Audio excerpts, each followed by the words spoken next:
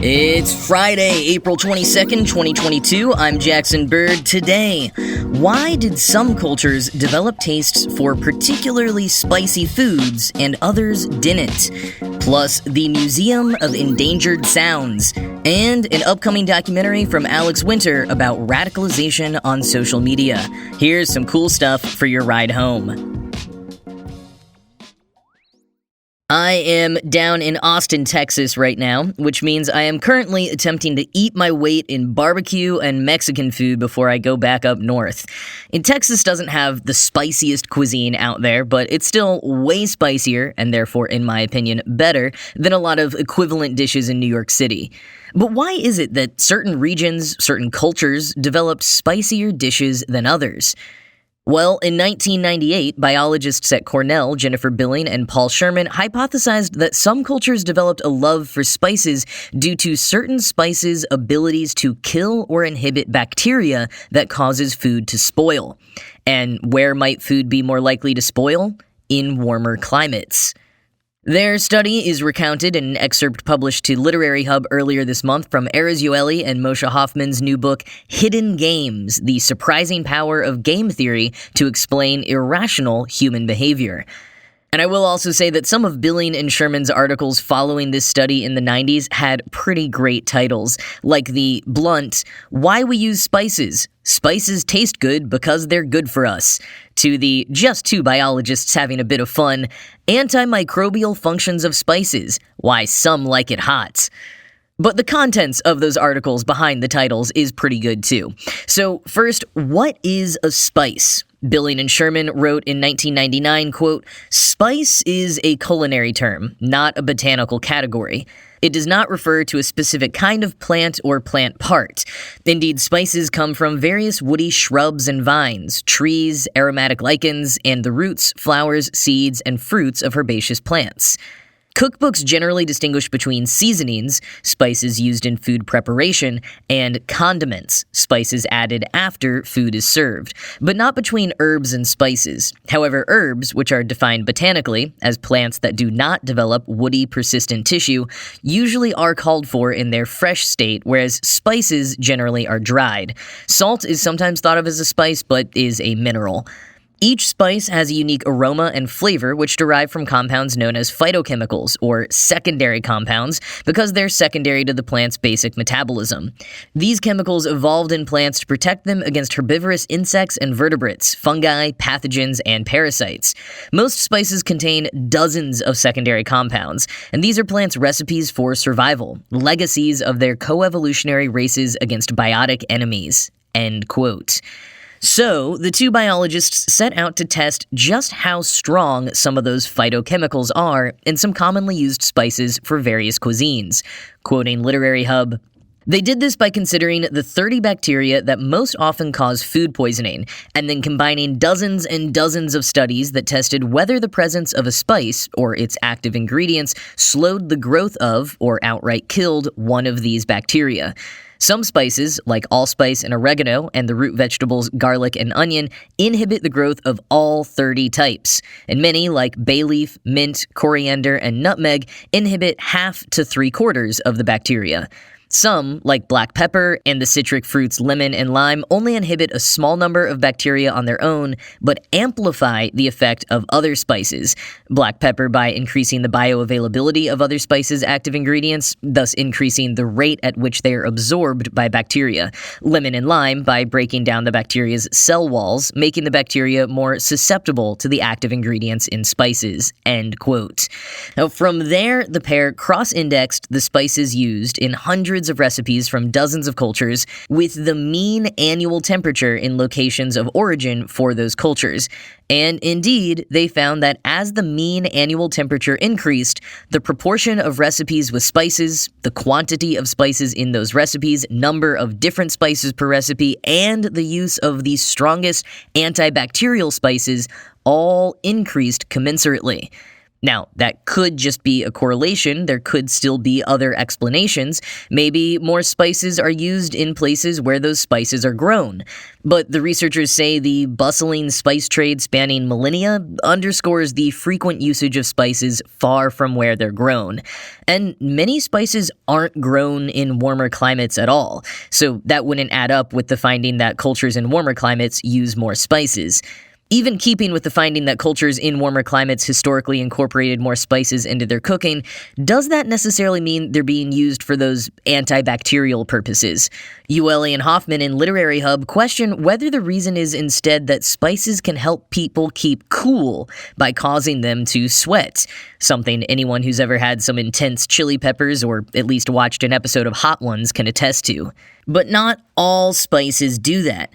Chili peppers have capsaicin that causes the sweating, but other common spices like cinnamon and oregano do not. And from their findings, it really does seem like the main reason that cultures developed the usage of more and stronger spices over time was as a means of fighting off bacteria, particularly that which could be born of food spoilage in warm climates without refrigeration. The biologists wrote in the 1998 Some Like It Hot article, quote, "Countries with hotter climates used spices more frequently than countries with cooler climates. Indeed, in hot countries, nearly every meat-based recipe calls for at least one spice, and most include many spices, especially the potent spices, whereas in cooler countries, substantial fractions of dishes are prepared without spices, or with just a few." End quote. They found that spice-wise, nations such as Thailand, the Philippines, and India were towards the top of the list, and Scandinavian countries rounded out the bottom. The US and China were around the middle, but varied regionally within, which makes sense to me, at least in terms of Mexican food being way spicier here in Austin than it is in Queens. Of course, there's lots of super spicy Indian food and such in the Northeast, so again, the US is just kind of a crapshoot. Which also adds up, because outside of indigenous populations, most of these cuisines were brought to the US many, many, many generations after these spice practices were knowingly put into practice. As Ueli and Hoffman point out, if you were to ask a cook from a particular culture why they add whichever spices they do, they'd tell you that's just how they like it. Or, especially in the case of families passing down recipes, that's just how they've always done it. Quoting those two in Literary Hub, "Why might learning shape beliefs and tastes rather than just shaping the desired behaviors directly? One possibility is it's simply an effective way to get us to act. If you like spicy food, you'll eat spicy food. Another possibility, though, is that internalization ensures the functional behavior is taken even when its function is not understood. Like over-imitation. If Indians like the taste of black pepper in their curry, they won't be tempted to remove it, even if they don't realize that it's there because it amplifies the effect of cumin, coriander, turmeric, and capsicum. If Europeans had had a chance to develop a taste for nixtamalized corn, they'd have avoided pellagra. The American food supply benefits from abundant refrigeration, as well as industrial food safety practices and regulations that minimize concerns of spoilage. But immigrants from warm locales have figuratively and literally developed a taste for spice, a taste that developed in a culture that needed to protect against foodborne illness, but that persists even though they now live in a culture with no such need." End quote. Ueli and Hoffman call these kinds of phenomena lags. Vestigial traits like the human tailbone that once served a purpose but no longer do. Or they could also be considered spillovers, when a belief or taste still has a relevant purpose in one context, but that belief or taste persists even when taken out of that context. This isn't the same as what they meant, but I am choosing to think of this as how I am in Texas right now, where I grew up, and have a huge hankering for hot sauce slathered on everything. Soon, I'll be removed from this context back in New York City, but my taste for spicy foods will persist. You can take the boy out of Texas, but you can't take the Texas out of the boy. And similarly, many populations may no longer need the antimicrobial benefits of certain beloved spices, but those spices have been used in their cuisines for generations, so they're not going to give them up just because science says they're now unnecessary. Food is far too tasty to suffer that fate.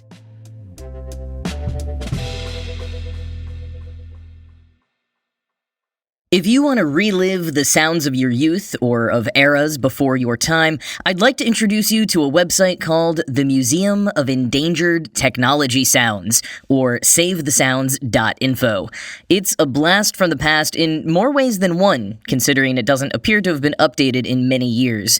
The site, which was started as a joke by advertising students at the Virginia Commonwealth University in 2012, gives you a chance to listen to old sounds, like the AOL Instant Messenger notifications, the Windows 95 startup, and Nokia's classic ringtone. But it goes back further as well. There's a dot matrix printer printing, a rotary phone being dialed, and an old-fashioned movie theater countdown.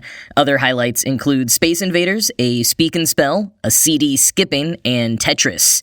The trio told Mel Magazine 5 years ago that they originally got the idea in 2012 when many people had switched over to smartphones, but one of them, Mary Beth Ledesma, still had a BlackBerry, and the guys would make fun of her tapping away at the buttons. That springboarded into a conversation about the sounds of technology, which ended up resonating with a lot of other people. And to really sell their digital museum, they invented a kind of character to run the site. Brendan Chilcott, a kind of nerdy-looking dude whose About section on the website talks about his 5-year plan for collecting data, how if people don't understand how important his work is, they never will, how he has 8 gerbils, and that his middle name is Charles, after Charles I of England, who was executed in 1649. The group even made him a Twitter account, which mostly shared media hits after the Museum of Endangered Sounds launched. Because it really did resonate with people, especially digital archivists. Jason Scott, then an archivist for the Internet Archive, told Mel, quote, "There's absolutely nothing but benefit to having recordings of things that will lose their existence over time. Sometimes, decades later, uses become obvious or clear or beneficial." End quote. While some people might see Scott's collection of floppy disks and AOL free trial CDs as junk, he points out that collectors have often been great resources for scientists and historians in future years. Quoting again from Mel, he cites the example of a toxic lake where people noticed fish getting smaller over time by looking at their old photos of fish hauls. There was no way that the first pictures being taken were like, "This is going to be really useful in 5 decades, explains Scott. So sometimes you don't even know that value is going to be extracted. End quote. Since the Museum of Endangered Sounds launched 10 years ago, digital archiving has taken off in even bigger ways. But sound is still a rare one to archive. The New York Public Library just recently got a grant to start digitizing their large collection of wax cylinders, some of which haven't been played in generations. To do so, a whole new machine called the Endpoint Audiolab's Cylinder Playback had to be designed by sound restoration engineer Nicholas Berg. As Abby Smith, a historian who worked for over a decade at the Library of Congress's Digital Archive program, pointed out eerily to Mel, quote, "Sound recording was invented in the 1870s. Our entire history before that is mute." End quote.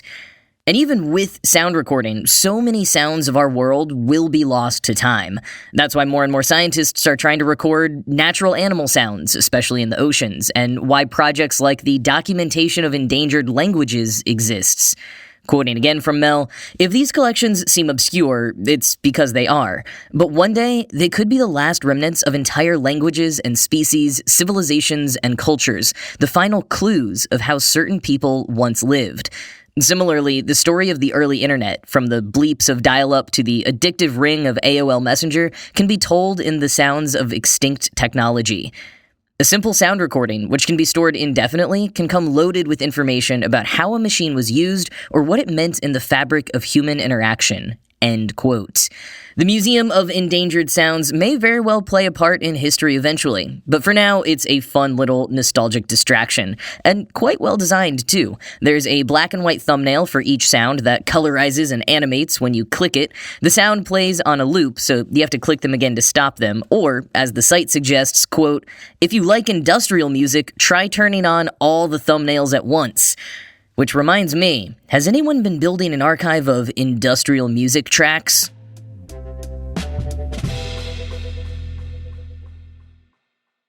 Alex Winter, aka Bill S. Preston Esquire from Bill and Ted, has a new documentary premiering at Tribeca in June called The YouTube Effect. It plans to dive deep into the radicalization and misinformation that has proliferated on the platform over the past several years, despite different strategies from the company to tamp down on the problem. In the past, Winter has directed the documentaries Showbiz Kids about the pressures and abuse faced by child actors, as well as Smosh the Movie about the sketch comedy group on YouTube who were among the very first channels to make it big on the platform. Which, to me, says, at least as far as documentary filmmakers without extensive personal experience on the platform as a creator goes, I think he's a pretty well-qualified guy with an interesting perspective to be tackling this issue. Quoting Collider, "The YouTube Effect examines how the platform has become a lightning rod for online radicalization, surveillance, algorithmic capitalism, the proliferation of misinformation, and, of course, influencers and cat videos." The minute-long trailer takes us through how the service went from being an escape for content creators to one of the worst offenders of misinformation in these rising political times. We see when Google bought YouTube, and how that started the platform on the path it is on today, focusing on the dreaded algorithm, views, and likes. The documentary refers to what we're currently in as the misinformation apocalypse. This documentary tackles how the current state of YouTube and Google has changed society for the worse, and how we are running out of time to fix the current trajectory it has put us on. End quote. Now, as someone who has been making videos on YouTube for 15 years, largely built my career off the back of that, and has been a part of a number of internal programs with the company, I am a little hesitant to place all of the blame on just one platform. When I think a lot of the issues we're seeing today are more systemic of broader social media and the way that humans have been manipulated, intentionally or not, by the interests of all the large corporations involved. That is not to say YouTube and Google are not culpable in some ways, but I don't believe it's just them. You can watch the trailer for The YouTube Effect at the link in the show notes, but until it gets a wider release, I also recommend the New York Times podcast series, The Rabbit Hole. I recommended it a lot on this show back when it first came out, and like I said then, I don't quite agree with all of it and think that it misses a few points that people who have worked more closely on various social media platforms, especially YouTube, would get, but it remains one of the better investigations into social media radicalization in recent years. And if you want to keep going on this kind of dark investigation, I'll also once again recommend the documentary Feels Good Man, which is about Matt Fury, the original creator of Pepe the Frog, and the journey that he went on after his character was co-opted by extremists online. And after all of that, maybe cleanse your brain with some videos of puppies, or the cheeseball wonder that is the TV show Our Flag Means Death, or just shut off your computer and go to a park. That's probably the best option for all of us.